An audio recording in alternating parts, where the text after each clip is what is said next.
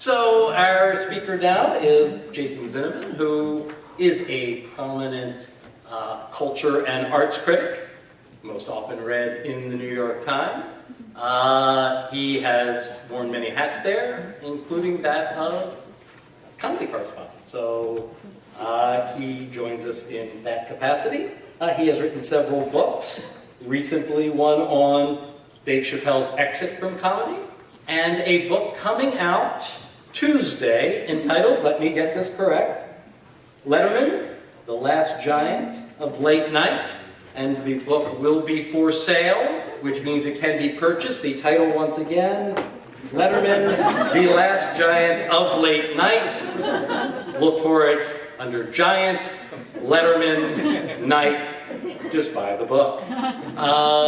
Jason will be giving a talk entitled The Authentic Joke. Please hold all questions for after, at which point we could have an entire string of questions, or as we might call it, a Zinoman roll. So with that, I give you Jason Zinoman.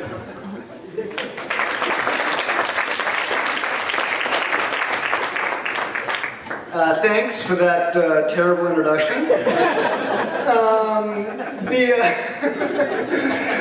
No, thank you. I appreciated it. I thank you for inviting me to speak at Bucknell. I'm extremely honored and a little baffled to be here. And I want to spend a good bit of time at the top of this keynote address dramatically lowering expectations. I don't give speeches, and I certainly don't give speeches at universities like this one, hardly ever. I'm a writer. This might be and it's certainly my first time giving a speech in front of philosophers. Moreover, I have a book coming out, as he mentioned very generously, on Tuesday, Letterman, The Last Giant of Late Night, which you can pre-order, and which means I'm very stressed and nervous about this pub date, although I did just, as I was in my hotel about to come over here, emailed my New York Times review, which is good, so I'm much happier now, although still a little distracted, I have to confess. So, even if all this wasn't the case, I'm really baffled why you would have a dumb journalist like myself come to talk to a bunch of philosophers or philosophy majors, and I want to be clear, I'm not engaging in some kind of cheap false modesty to win your approval, although there's probably some of that as well. I have real experience in philosophy. I started college as a philosophy major, and the key word here is I started college as a philosophy major, and I chose philosophy, and this is why I'm really excited to be here, that I can talk to people who know what they're talking about, not knowing much, because of a single book. There's one book that made me be a philosophy major, and it's probably safe to say that it's the least funny-looking book in the history of publishing. I have it right here. It's called The Foundations of Arithmetic. It's a brown cover. It gets a little sexy with the mustard yellow here, but otherwise it's just brown, and it's by Gottlieb Frege, which is a name that doesn't exactly make you belly laugh. I read this book in a required course in this would be mid-90s. It was a required course on philosophy, it was an analytic philosophy course. And my first response to reading this book was simply, I have no idea what any of it means. Nothing. I couldn't understand a word. It was impenetrable. So I read it again, and again. And I got a little better sense of what was going on, or at least enough to realize that I would have to work incredibly hard to even get like a B- in this course. And what I recall, and this is probably almost certainly wrong, and you people probably know, which is embarrassing for me to be telling you what it's about, but I vaguely recall that the goal of this book, as you can tell by the title, was to explain what the foundation of arithmetic was. And also I remember there was some stuff on the foundation of language, which was, to my mind, this remarkably ambitious thing to attempt to do. And I was impressed by that. How could somebody sit down and write a book that's only 100 and some pages and explain all of the numbers and languages, which is kind of a big subject. So I read this book over and over, and its mystery started to seem a little more manageable. And the kind of mental gymnastics required to even get close to them, I started to find actually pleasurable. And I remember thinking, as a sophomore, I've never worked harder in my life to try to understand something. And that's a good thing. And so I'll try philosophy. And so that was Gottlieb Frege was the first person we read in this class. After we finished with him, we moved on to Bertrand Russell. And again, this is probably all wrong what I'm about to say, but this is what I recall learning from Bertrand Russell. Bertrand Russell, we read, said that everything Gottlieb Frege wrote in the Foundations of Arithmetic was bullshit. And he went about disproving it, again, this could be totally wrong. He went disproving his entire grand unified theory, point by point. And this was maddening to me. I spent all this work understanding what Gottlieb Frege was saying, and now Bertrand Russell comes along and he says this is all nonsense. What is the point of working so hard? And then, after Bertrand Russell, what I remember, and again, my memory is, I didn't check my notes or any of this, we read Wittgenstein, and he said, everything Bertrand Russell said was bullshit. And he goes about disproving that, again, this could all be wrong, but the bottom line is I quit philosophy and went to an easier major where I wouldn't have to work so hard. And I never returned to philosophy until today, when I make my triumphant return. Now, theoretically, I'm less at sea than I should be at this conference, because this is a subject that I cover as a journalist. Stand-up comedy, and so when I asked Sheila what to talk about, what kind of thing you wanted to talk about, I assume you weren't inviting me to philosophize. She said, talk about how things have changed in stand-up. And this is something that, as the first comedy critic in the history of the New York Times, who's covered the scene for over 5 years now, I've had a good view of how the scene has evolved. And to take one example, if you look at this conference. Now, I suspect it was not unheard of to have an academic conference on comedy a decade or two ago. Maybe there was one, two, who knows. But there's no doubt that in the last few years, comedy is taken much more seriously. And you see this all over the place. Academic interest in subjects like laughter has grown. Many more books that philosophize our comedy are published. Podcasts regularly feature in-depth discussion of jokes, not to mention careers. Comedy schools are proliferated, not just improv factories like Upright Citizen Brigade or Second City or the Groundlings. In 2010, USC, which is a storied film program that goes back many decades, offered its first degree in comedy. And last year, Columbia College in Chicago paired with Second City to offer a degree in comedy. The press has also changed its relationship to comedy, and once again, I'm Exhibit A. While the Times have reviewed theater, film, dance, opera for ages and had covered the most obscure off-Broadway play, every dance performance at Dance Theater Workshop in, from 95 on, maybe I'm exaggerating, but you get the gist. They covered it in a systematic way. The Times didn't have a critic regularly reviewing stand-up comedy. So the first time that the paper reviewed Jerry Seinfeld, Chris Rock, Louis C.K. was when these guys went to television.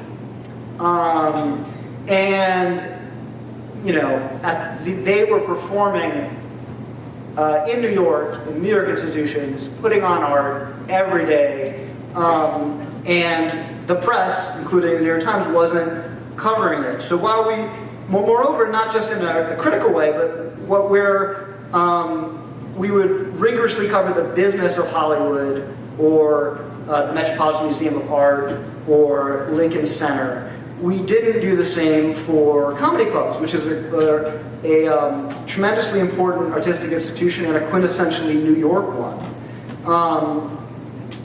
And since I started the column, in which I tried to both do criticism and reporting and cover the business and the art of it, the amount of journalism covering stand-up has, in a time of intense and depressing media contraction, has exploded. There's many, many more people at newspapers, magazines across the country, internet sites, doing close reads of jokes, looking at the business of comedy, doing investigative journalism on it. Many fewer people trot out the old saw that analyzing comedy is like dissecting a frog. And if they do, it seems hack now. In my job, my goal was to not only cover the form as a critic, but also to try to report on the business and industry and to help readers understand the institutions as much as the artists. For my years of covering culture, I've learned that you can't understand works of art independent from the systems they emerge out of. So one of the first ideas that I pitched to my editors, in fact one of the ideas that was sort of how I pitched the whole column, was to do a simple profile of a booker for one of the big late night shows. And the idea for this was, here's this person who has a tremendous amount of power. Most people don't even know who they are. But if you get on one of the major late night shows, your career gets a leg up, and if you don't get on those shows, it doesn't hurt, but it doesn't help. In the days of Johnny Carson, so they say, you could make your career. Today, they matter less. About 5 years ago, they mattered a little more than they do today, but certainly not as much as Johnny Carson's time. But there's no question that these bookers, as I saw it, were an important figure in the ecosystem. And what their taste was had an impact on what we see in culture. So who are these people? We should know who they are. Just like as we know who their, like a studio executive is, what their taste and what their aesthetic and what their biases are. So the point of the piece was to get a sense of the aesthetic of one of these people, and it didn't really matter who, but as Late Show with David Letterman, who wrote the book I wrote about, it's coming out on Tuesday, is in New York. So I called up the booker from the Late Show, and I asked him for an interview, and he said yes, and I went to the Ed Sullivan Theater, and I asked many questions of him about his taste and what he looks for, and the kind of comedians he respects and admires, and the kind of comedy that doesn't work for his show. Through this conversation, I asked one question that was fairly early in my time as a comedy critic there, got a huge amount of attention, and it was this. In the past year, only one out of the 24 of the stand-up comics booked on The Late Show was a woman. Why is that? That was the question. His response was this. There are, quote, there are a lot less female comics who are authentic. I see a lot of female comics who, to please an audience, will act like men. Now, this was a quote that I knew was going to be newsworthy as soon as he said it. But I perhaps didn't have a sense of how explosive it would be. But I knew, it underlined what had been a long history of systemic sexism in comedy, and specifically late night television. As soon as it was published, my story, it was picked up by the tabloids, the New York press, and the international press. Comics protested. One female comic started a website called, I forget what it was called, like Authentic Women, and there were protests. And by, I believe, the end of the week, this booker was fired from his job. Now, most of the focus in the press was on the sexism of this comment, understandably. But for my talk today, And if it seems like I'm doing a lot of vamping and throat clearing, that's because I am. I want to zero in on another part of this quote that I think is just as revealing and has informed a lot of the way that I look at comedy over the last few years. And it has to do with his explanation of why, according to him, women are worse than men at stand-up. So it's important to look at what he doesn't say, which is telling. It's not that they weren't as funny, or as compelling, or as charismatic as men. He didn't say that. Nor was it that they talked about different subject matter, or that they had different ambitions. None of that. The reason he gave was that fewer women are quote-unquote authentic. So to repeat his quote, he said, they act like men. In other words, the women in stand-up, according to him, are not really being who they really are. Now, a huge world of assumptions goes into this comment. One that I would argue has held considerable sway in the comedy world for a long time and still does to a lesser degree. This idea telegraphs a worldview, a way of judging the aesthetic of comedy that digs deeper than whether something is funny or not. If you put aside the gender essentialism, that there's one way to be a woman or a man, what's clear from his comment is the belief that acting or pretending signals a flaw, while authenticity, being who you really are on stage, is a clear artistic good. Now, the reason that men are better than women, he argues, is they pretend less. They are more real. But why is being real such a virtue? What makes authenticity the main measuring stick? And what does that mean for comedy? And that's what I want to examine here. Obviously, the veneration of authenticity is not limited to comedy. In fact, it pervades the culture. When horror movies start by saying that this film is based on a true story, or when in interviews Tom Wolfe describes in detail the recording he did before working on a novel, they are trading on the power of authenticity, of reality, to make art seem more resonant, believable, powerful. We love politicians who we think are authentic. And it's worth mentioning that this issue of authenticity tends to hurt female politicians more than men. In the last election, I believe, provides some evidence. In an age when reality stars are as famous as movie stars, and our greatest pop singers are as likely to sing in a car with James Corden as live a reclusive lifestyle, our culture fetishizes the real. At the same time, we deeply distrust the fake, the phony, the lip syncers, and the liars. When we learn that an artist is fabricating, whether it's James Fry or Milli Vanilli, we often never forgive them. We punish them. But as much as we revere authenticity in movies, fiction, and theater and other forms, it seems to matter, I think, even more in how we look at stand-up comedy.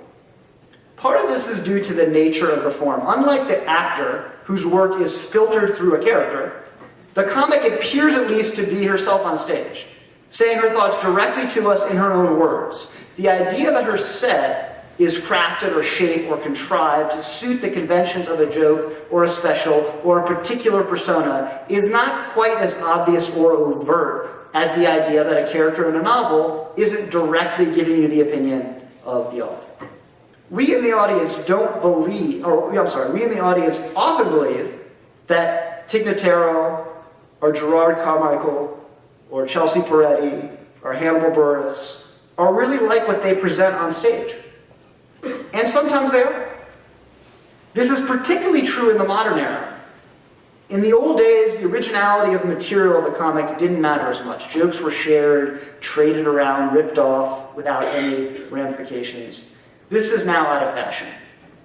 A major turning point came in the middle of the century with performers like Mort Saul and Lenny Bruce, who weren't peddling only jokes, but a point of view that was distinctly theirs. Lenny Bruce told you not just about what he thought about the world, but also, in his later years, about his court cases in mundane detail.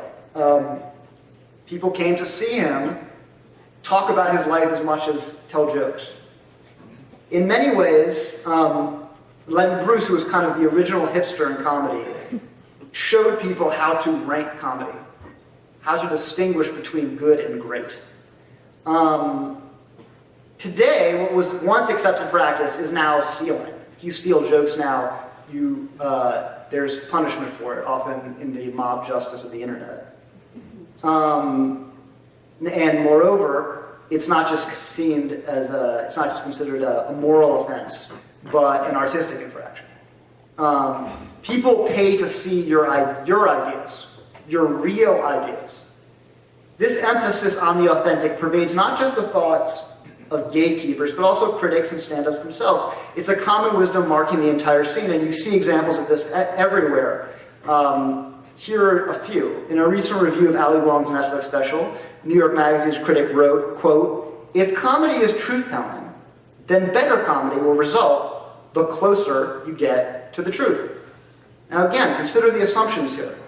This review assumes, one, comedy broadly speaking, an ancient form that includes everything from Aristophanes to the Jerky Boys, is truth-telling and stunning. And so, perhaps inevitably, the closer you get to the truth, the reviewer says, the better the comedy. This is stated with no argument, as if it's obvious, which perhaps it is. Look at the way people talk about the careers of our greatest comics. Richard Pryor, commonly considered the greatest stand-up comic of all time. What made him stand out, goes the familiar narrative of his career, was how he turned his real life into comedy, with key turning points in his career as one when he stopped aping Bill Cosby, whose material and persona he directly ripped off at the start of his career. As if you go through the history of stand-up, all your favorite comedians are thieves, until fairly recently. The other big turning point is when after he famously set himself on fire, he turned this incident into a set piece, into what's commonly viewed as his final masterpiece. This is how we define greatness. Look at the narrative of Louis C.K., who, if we were to poll comedy fans today, very well could rank as the greatest comic working. His long career, which had a long prelude before he became the most prominent comic working today, or among the most prominent comics working today. It began with several different aesthetic stages, including one where he was more abstract, his stuff was more abstract, it was more conceptual. It was only when he started turning the ordeal of being a dad from the point of view of a dad, telling you stories about himself that you assumed were real, that he joined the pantheon. Comedians themselves push this narrative as much as anyone. It's become a cliche that comics say in interviews. In a profile of the New York Times, to just choose one out of many, Kevin Hart, again, maybe the most commercially successful comic in America, points to when he being more confessional and opening about his life as the reason his career took off. Quote, "Once you tap into that," he said, "is when your career takes off." No one advocates the importance of drawing directly from your life in comedy more than Judd Apatow, who's the premier producer and tastemaker in comedy today. And he cites Gary Shandling as the key inspiration for this. He said, quote, "He taught me that comedy is about truth and revealing yourself. And these are the lessons I apply every day in my work." Again, the equation is made directly between comedy and truth. It's no accident that the most famous text in long-form improvisation, which is arguably as big art form as stand-up, which this conference is about, so I'm not going into improv as much, is called Truth in Comedy by Adele, Close, and Charna Halpern. Comedy is about truth. This is the refrain. Comedians say the true thing that others won't say. And to a large degree, there's no arguing the point. So much great comedy is about personal experiences rooted in lived experience. So much of why we laugh at something is that it rings true. Anyone who's ever explained to somebody why they like a joke understands this. And so much of the enjoyment audiences have of great comedy comes from a recognition of a truth that they relate to or can empathize with. We treasure authenticity for a reason. And yet, while Richard Pryor may be drawing on his life, authenticity is not what distinguishes him from the rest of the comedians. And I would even say it's an insult to him to suggest otherwise. He's not the greatest comic of all time because he was more honest than everybody else. There could be a 13-year-old blogger who lives 10 minutes away from here who's far more honest than Richard Pryor, who could never do what Richard Pryor does. His gift is not what he draws on, but his singular mechanism for converting that into art. Plumbing personal experience, it also should be said, is common, of course, to all art. When someone writes a play, they're depending on and to some degree limited by their experience. They pour all their life into the characters to make them more believable, compelling, three-dimensional. Great songs are rooted in emotions deeply felt, obviously. Any teenager with a journal can be more honest than Zadie Smith, but they can't do what she does with a sentence. That's the imaginative work of an artist. Truth is overrated.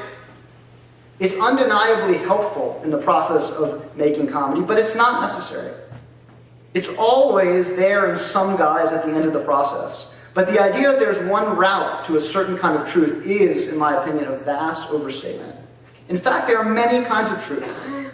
There's the truth of what happened to a comic on a certain day, and there's the truth of how something makes them feel, and there's the truth of the pleasure of an outrageous lie. Celebrating truth so much gives short shrift to artifice.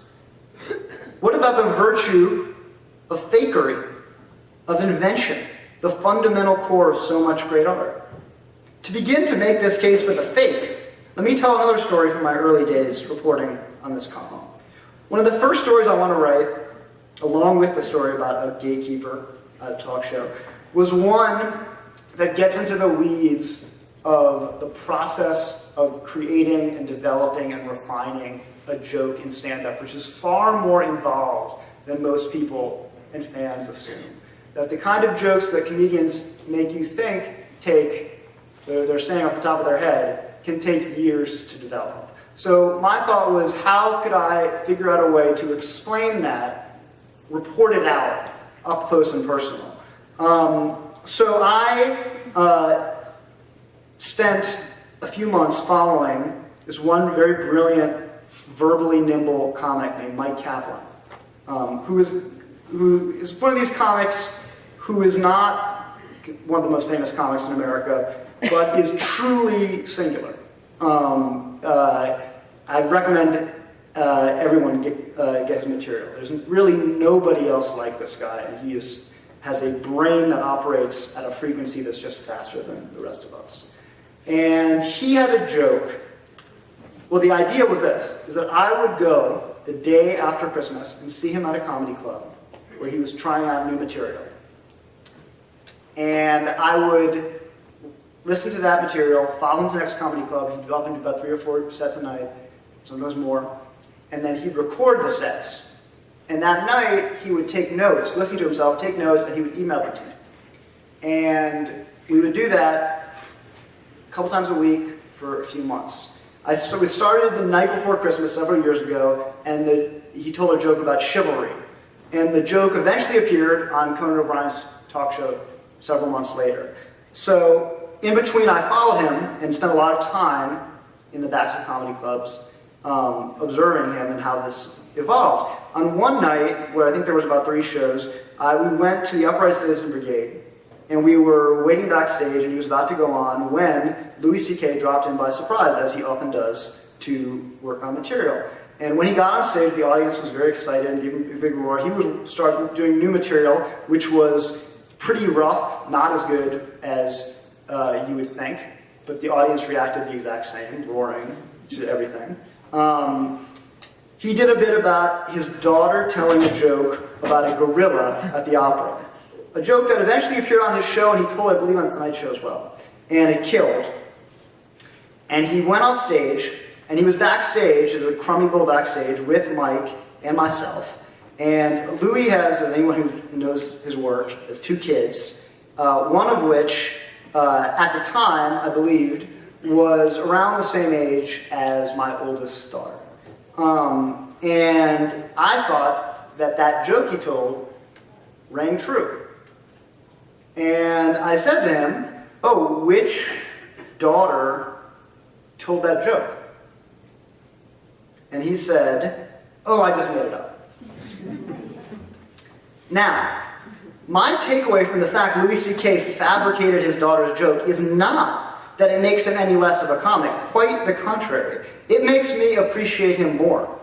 Anyone can document the words of a child, but to simulate the words of a child through close attention, perception, and imagination, while giving it a twist to make it funny, is the feat of a comedian. Even putting aside the question of the value of truth, what this episode also emphasizes is that there's no way to know if what a comic says really happened at all. One of the problems with this emphasis on authenticity is that figuring out truth is slippery stuff. One critic from the New York Times, Jen Salai, zeroed in on this problem in an essay about authenticity during the campaign last year. And I'm going to quote her because I think this is very profound. The search for authenticity, she says, becomes a way of quote-unquote knowing other people without really knowing them. In its most presumptuous and insidious form, we believe we have access to people's inner lives, that we know where they're coming from and what motivates them, when that knowledge is heavily filtered through a mismatch of our own projections, prejudices, and how much they remind us of us. Our sense of what is authenticity, now back to my ways, should not be, our sense of what is authenticity should not be entirely trusted. Or at least it should not be trusted as much as our sense that the structure of a joke is clever, or a punchline is surprising, or the execution of an act out is precise. Most comics are all to some degree playing versions of themselves on stage. And their process turns it into something refined and shaped and contrived as all art can be. If something they do or say seems true, it may be precisely because it's false. And yet, so much criticism today assumes that the words out of the mouth of a comedian are what they believe, which prevents deeper understanding of a work. I believe that great comedy is as likely to come from artifice as reality. It's as likely to be rooted in the imaginative as the lived experience. Comedy is not exactly fiction, but it isn't nonfiction either. And thinking it will obscure a deeper understanding of the form. There have always been comedy and comedians that go against the grain of the authentic. Andy Kaufman put on stunts that made you question the reality of what he was doing. His stage matches were pranks or not. It was unclear, and it was there that they were funny. Steve Martin built a whole persona on the fakery of show business, one that was so entertaining it filled stadiums. Was he reflecting an honest truth about himself with King Tut? Maybe, on some level, but that's not why he was great, and he was. In the last couple of years, what I've noticed is that there's an increasing number of younger comedians in this tradition. More comics whose work is in reaction to this cult of the authentic, a backlash to overly simplistic notions of truth. Comedians have more ways than ever to get to a kind of truth, and that looks all kinds of ways. To some degree, this is the result of the success of comedy and the fragmentation of the culture. Many of today's younger comics do not come up in clubs, but through theater, or alternative rooms, or YouTube, or improvisation.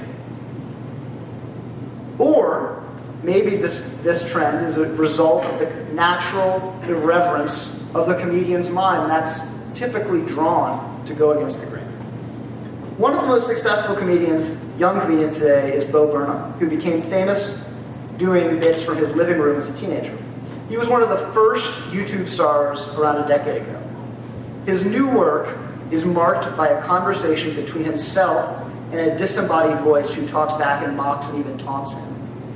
His stand-up could not have been developed and refined in basement clubs, which are by necessity bare bones.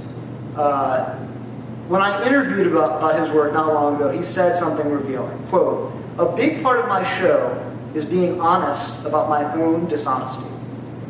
Comedians speak truth to power, but there's so many ways to get to that truth. The power I need to speak to is the fog of performance. And the only way I could possibly be honest to say, I am totally manipulating you up here." I don't think I'd be good at telling you something from my personal life and tying it into a universal experience. What I want to do is leave people a little bit more skeptical about the way they're being manipulated. This is somebody grappling with the problems of believing too much in the truth of a person performing on stage. This is someone who is grappling artistically with what I'm talking about in this speech. His way of being honest is to tell you how dishonest he is. Other comics are more directly and radically challenging the satirizing the idea that comedy has any potential for honesty at all. There's a new school of comics whose work departs sharply with the idea of a traditional stand-up set that's improvisational, disruptive, and avant-garde. Kate Bertrand is an inspired and unique comic who in an early decade would almost certainly be considered a performance artist. Her stream of consciousness discursive monologues appear to be a kind of parody of a certain dense academic prose, but are actually much weirder than just simple satire. She speaks full paragraphs about herself, but the details she reveals are either obvious lies, like she performed in vaudeville, or seem designed to distract you or obfuscate. There's no lived experience in her show. There's no window into herself. There's no attempt at authenticity. She appears more like an Ionesco play that's inventing in a new absurdist language in a comedy context. In her monologue, she talks frequently and uses the word often of mask, wearing them, covering her up. It's one part of her work that evokes the famous quote from Oscar Wilde, who said, "Man is least himself when he talks in his own person. Give him a mask and he will tell you the truth." Berlin is part of a scene that also includes Reggie Watts and Rory Scovel, comedians who share faith in improvisational humor and playing fictional characters so overtly that you would never guess it's their real self. Watts adds a high-tech and musical element, while Scovel commits to experiments like coming on stage and speaking in German for 5-10 minutes. These are comics, or kind of German gibberish. These are comics who once would have been considered far outside of the mainstream, but no longer. Reggie Watts is Corden's late-night band leader. Roy Scovel is one of the best comics today who regularly works in biggest clubs around the country. None of this to say that there aren't many comedians today whose material is confessional or rooted in personal experience, nor that those comics are any less gifted. Take Chris Rock, for instance. He became famous for bracing social commentary that engaged with politics and the world more than soul-searching work about his life. But in his latest tour, which I recently saw in North Carolina, he seemed to be digging in more deeply to his life, particularly his divorce. There was something bracing and admirable about this shift.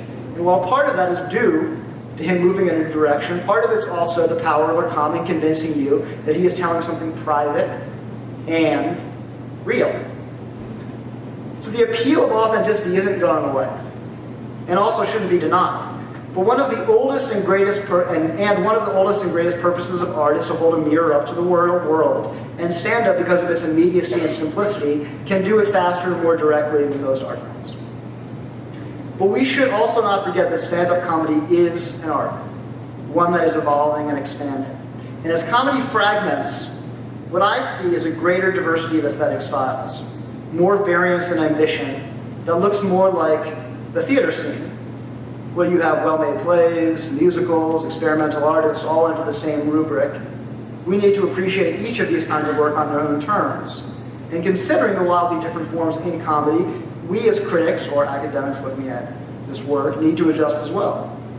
Last year, I wrote a review in the paper of Amy Schumer's new show, where I quoted her, and this was a show she did in Washington, D.C., saying this: "I say what I mean, so I probably won't be able to do this much longer." Then I wrote, "It's unclear what she meant, but it's the kind of intriguing aside that makes you sit forward in your chair." Then I ended with this kicker: "In comedy, meaning what you say doesn't beat saying it in a meaningful way." Now, I will confess I liked this line. Probably too much, because it was a little confusing. And it was confusing enough that Amy Schumer didn't understand what it meant. So after the story ran, she wrote me asking, "What did you mean by that last line? In comedy, meaning what you say doesn't beat saying it in a meaningful way."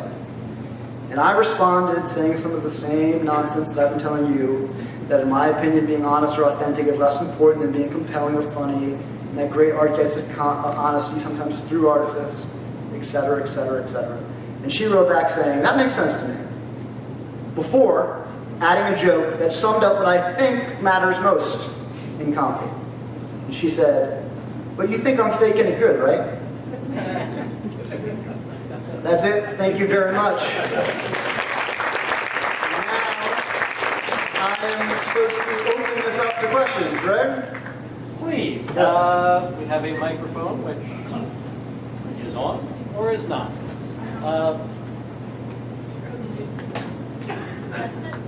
I did. I test things often. I'm a professor, but Well, you could figure that out. Probably do without it. Should we start with Frege questions or move right into Please, man, throw them right at me, yeah. Oh, in the back? You could be loud until we can figure out how these work. Yeah, it's not about Prager, sorry. I'm from the UK, Yes. where I've spoken to various different other comedians about trying to, well, a lot of people talk about finding your clown. And for some comedians, finding your clown means the funniest version of yourself that you then have to portray as a persona. And for other comedians, it means finding some completely other persona that they can be funny. I was wondering if that's a phrase that is familiar amongst American comic circles at all, that is kind of what you're talking about, the idea that people become funny once they've found the artifice that allows them to get that out. That is a phrase that I've heard. I know Mark Maron uses that phrase a lot. And I think you're right. It does speak directly to what I'm talking about, because let's even forget about finding your clown. He said, he's asking people in here about the phrase finding your clown, which is a phrase that comedians talk about in developing a stand-up act, which is really just a fancy way of saying finding your persona. And by the way, there's an interesting, I've done a lot of reporting and work on actual clowns as well, who have a very different take on this idea. And clowns are much more serious. Clowns think deeply about this idea of truth as well. And the way they come up with their persona is not they come up with what they think is funny. That's the best clowns, the serious clowns. And trust me, clowns are deadly serious people. Yeah, if you ever spend time as I have talking to German clowns, those people are more intellectual than anyone in this room. They find a persona that connects to their personality, and then they stylize it and spin it.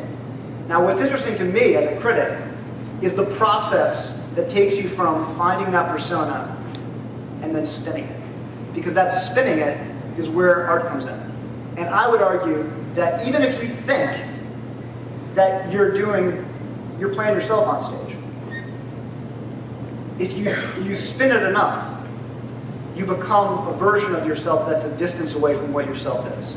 And I would say, to put it in terms that anyone can relate to, we all have like our good stories. If you go on a date and you break out your good story to impress somebody, and those are stories that you've probably told a bunch of times at parties.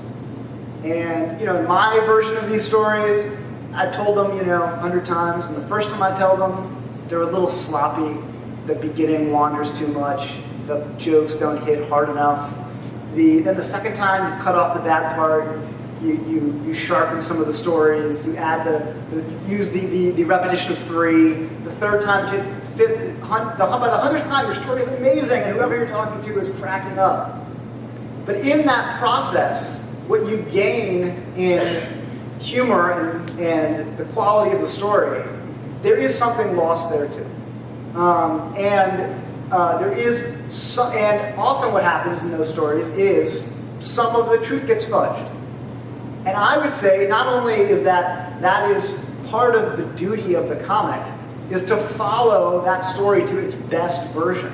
Their duty to us is not the same as a journalist's duty or a documentarian's duty.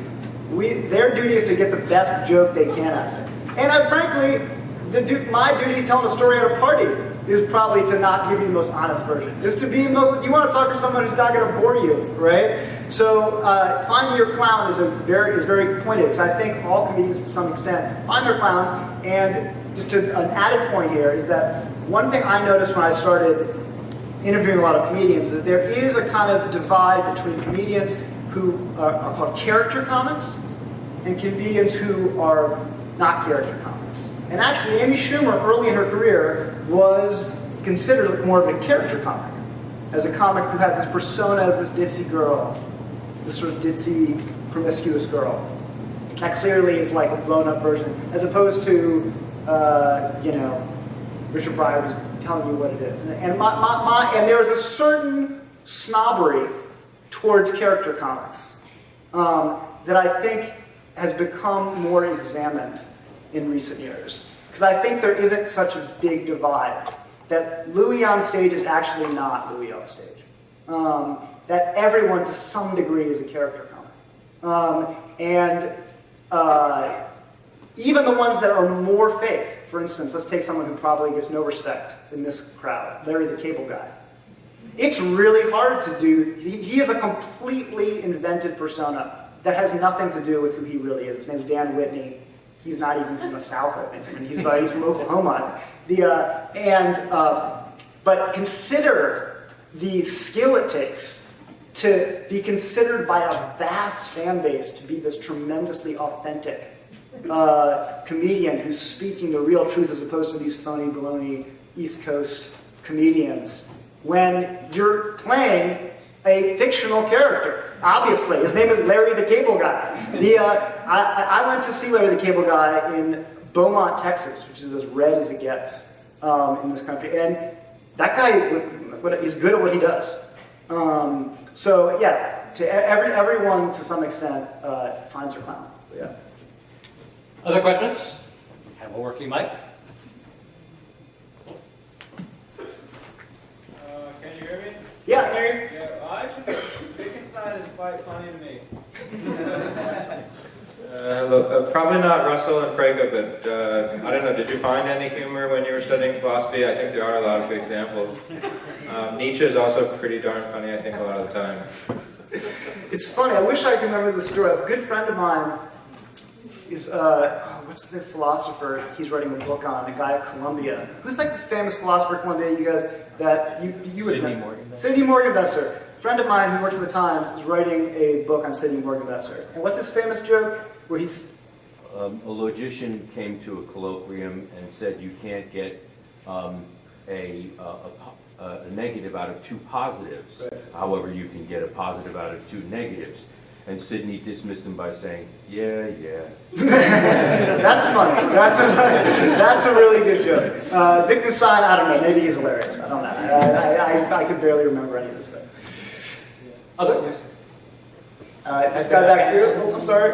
Over here. This lady right here. Oh. That's no lady, that's my colleague. Thank you. I appreciate how you're pulling apart the authenticity from artifice, and I wonder if the critic's comment is still a problem because of the background beliefs that it presumes. Because it seems to me like the idea of authenticity has a sense that the stand-up needs to seem authentic, and so if seeming authenticity is the issue, and there is a gendered way that a female performer might be taken as not seeming authentic, then I wonder if that could translate to the new forms and the different ways of performing that are coming up. If the increased variety might not have the effect that one would hope of allowing for more diverse forms and more diverse comics. So if the background idea behind the comment is that men seem more authentic, and I think you're right to say that they're not, but it could be that a stand-up needs to seem authentic, then would the same problem translate into other forms too, you think? Like Maria Bamford or others who are explicitly not being themselves, but still they might not be taken as good at what they do. Right. If I understand your question, which I very well might not, and I apologize, but I think you're right that these same assumptions and the same gendered assumptions would hold for seeming authentic or authentic. My feeling is that what we need as critics is to be able to analyze in multiple different modes. So I think seeming authentic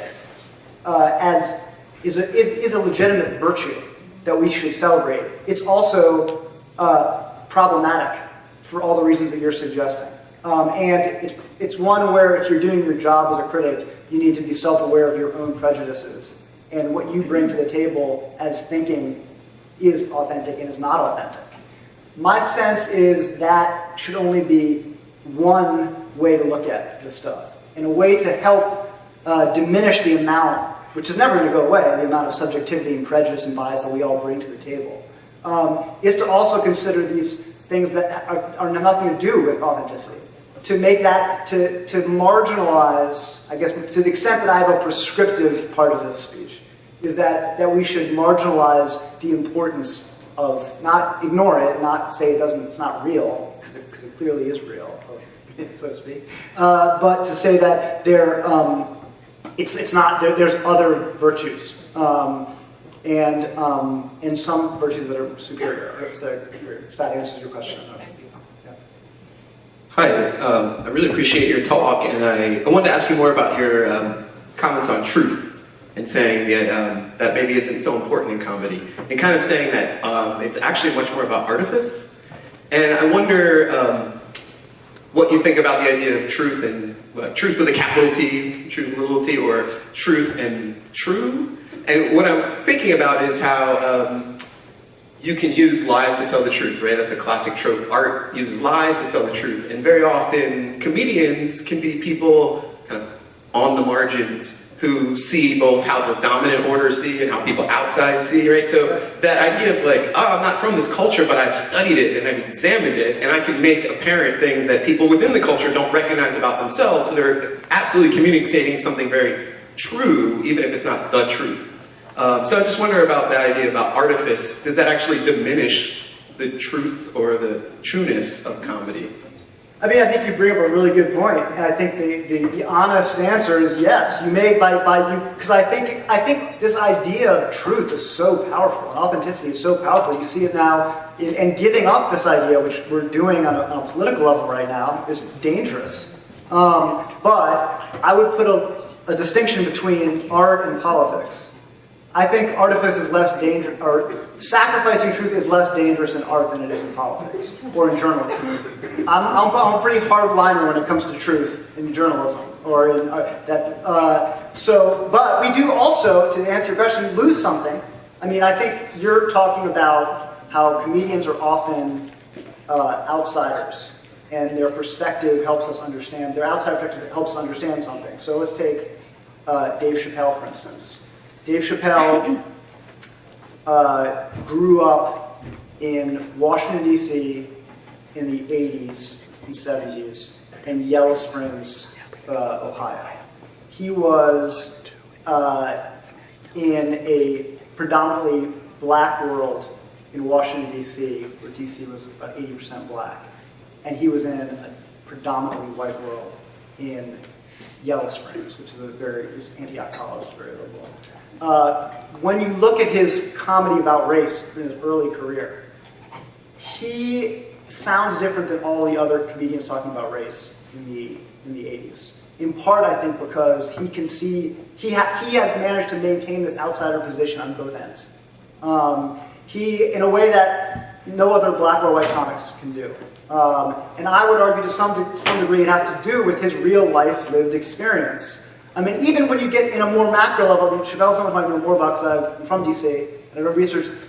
In DC, the comedy club scene was very segregated. He worked perhaps the only truly integrated comedy club, or one where you had equal amounts of black and white comics in the 80s. So from the get-go, in fact, his audience was, when he moved to New York, was more white than black. And his challenge was to learn how to play black clubs.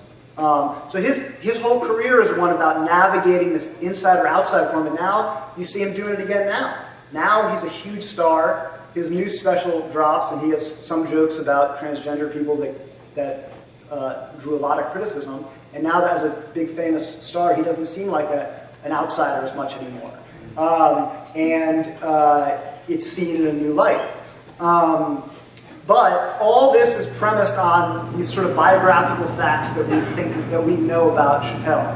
Some of us know more than others. Some of us, maybe some of what I just said is overly simplistic and isn't really fair to the complexities of Dave Chappelle's experience. At the end of the day, what we have to really judge him is his work. And on that front, I guess my point is ultimately, it's important to look at the biography and all this stuff, but ultimately what makes Dave Chappelle is something that totally transcends his lived experience. So anyways, that's a long-winded way, I think, of dodging the question. Which is par for the course in philosophy. So if we can give a big hand to our